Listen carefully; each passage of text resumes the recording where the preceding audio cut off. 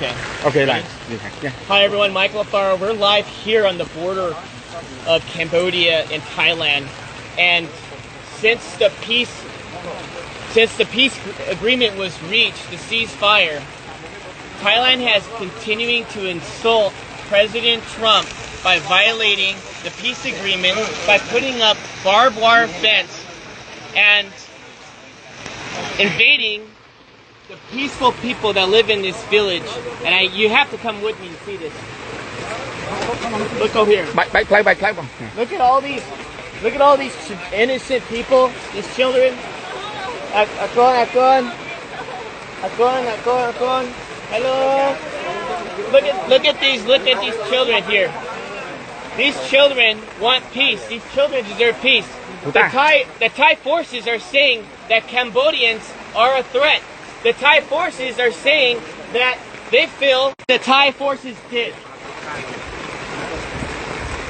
Wait until President Trump sees it. Thailand, just wait. You think you're the boss? Wait till the President of the United States finds out exactly what happens on the border. And what did they do? They came here to this village. They built this wall here, the barbed wire fence entire, with guns facing downrange at these young, poor people that are just living outside in the rubbles. Thousands of them have now been displaced. Their homes have been taken away. Their schools have been like this before. I was there when the Box withdrawal of Afghanistan, pulling the Americans out. When the fall of Kabul happened, I saw threats. What you see here in Cambodia is not a threat. You see love, you see compassion, you see people, you see a community, you see a country that chooses peace before war. And what Thailand is doing right now is not just a violation of the Paris Peace Accords, it's a violation of President Trump's call to ceasefire. Since President Trump called ceasefire, the day after, Thailand invites Cambodian soldiers to come meet them at the border to shake hands and take a picture of them. What does the Thai forces do? They went and they kidnapped 20 Cambodian soldiers. And still today, on day 17, they have yet to release the 18. They only released 2 because one of them was completely disabled and the other one is. They are being very, very silent. And the media has been very unfair here. The media has been unfair to the Cambodian people, just like President Trump. The media has lied about President Trump, and the media has lied about what's happening here on the border. So I want you to see for yourself. I want you to see right here. Do you think this barbed wire fence is safe for children at night to go play, to sleep, to go to school? Do you think it's safe for the children to be constantly worried that if artillery rounds have to drop on their heads? When that happened, when the war broke out, there was no soldiers here. Not one soldier, because there was no threat here. Just honest farmers, just trying to make a living. And now what happens? You get the Thai saying, oh, the Cambodians are bringing soldiers on the border. The Cambodians are causing a threat now because they want to protect their sovereignty. Well, you know what I think? I gotta say it as it is. It's a bunch of bullshit. And you know what? Thai forces needs to have some dignity. A home here costs $3,000. $3,000. The average home here in this province, in this village. And they want to go ahead and take their home away.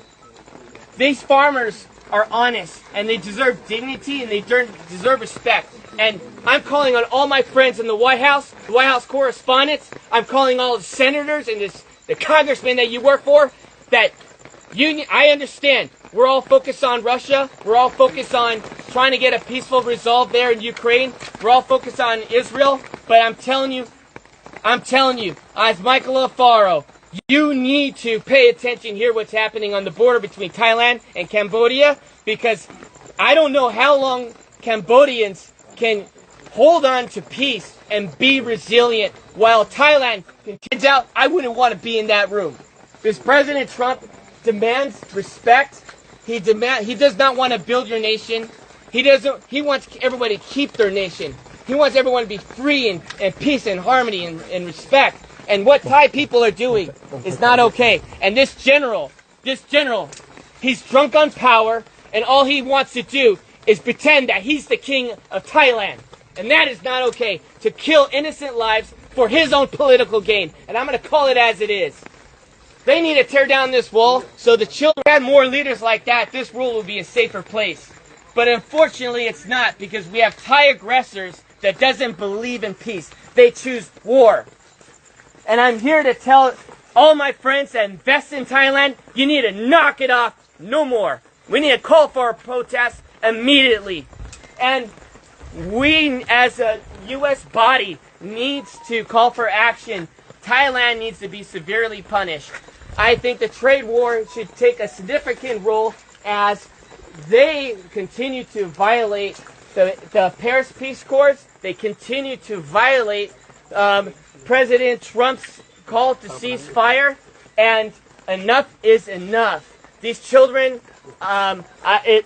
hopefully, these children can find a way where they can sleep well tonight in this rain, where they can sleep well. Their homes are no longer homes. We have to do something. The world has to get serious, and the world has to stop being politically correct. And we must act now before this turns into a genocide. Because since 1979, Cambodians have endured not one genocide, but two genocides, killing 3 million people, and even killing 8,000 people in Ghost Mountain by the Thai forces. And so I'm asking all of you, friends, family, Facebook, share this message and let them know that Michael Alfaro is not okay with this, and I know all my friends are not okay with this. This is the most inhumane thing I've ever seen. And I'm going to continue to investigate. I'm going to continue to see in my own eyes to protect your country by dropping a bomb on a Buddhist temple. Where was the threat? Was there a soldier in the area? Was there children playing with guns? But where's the threat? There was no threat. The evidence is on you. And you know what? If you say there is no evidence, well, I'm calling on Elon Musk right now. Pull the satellite imagery. Pull up the satellite imagery that shows that Cambodians were just one day, a threat to Thailand. I guarantee you there's no evidence that exists. There's no evidence that exists. Because if there was, it would have been shown. And so what happened when the bombs were dropped, schools were destroyed, temples were destroyed, people had been displaced out of their homes, what happened was the crimes against humanity. We are not only just going to interview the 18 prisoners, you need to immediately release them. The ICC, this is the reason why President Trump pulled out of the International Criminals Court. Because you have no backbone for any decency in the world. Because if you did, you would press charges not on Netanyahu, you would press charges on Thailand for doing this to children, putting walls up on their soil. Came from. But it got my attention. I called some friends, and everyone was afraid to go to Thailand and Cambodian border. Everyone was afraid. So I said, no, I'm going to go myself. I'm going to figure it out. I also want to say this one more thing. Thailand wants to go and make the accusation that there are mines and ordnance that these Cambodian soldiers are planting. That is a lie. Everybody knows since 1970, United States has dropped these ordnance here, and it's always been here. Everybody knows you come in the country, 7 years old, he tells them to go and search these fields, and the Thai soldiers end up stepping on a mine, and they hurt themselves, and they end up killing their own men. And now they want to turn around and blame it on the Cambodians. Well, where's the evidence? Look at the animals. All of you there's cats in here. There's neighborhood cats. You were seeing it through the tires.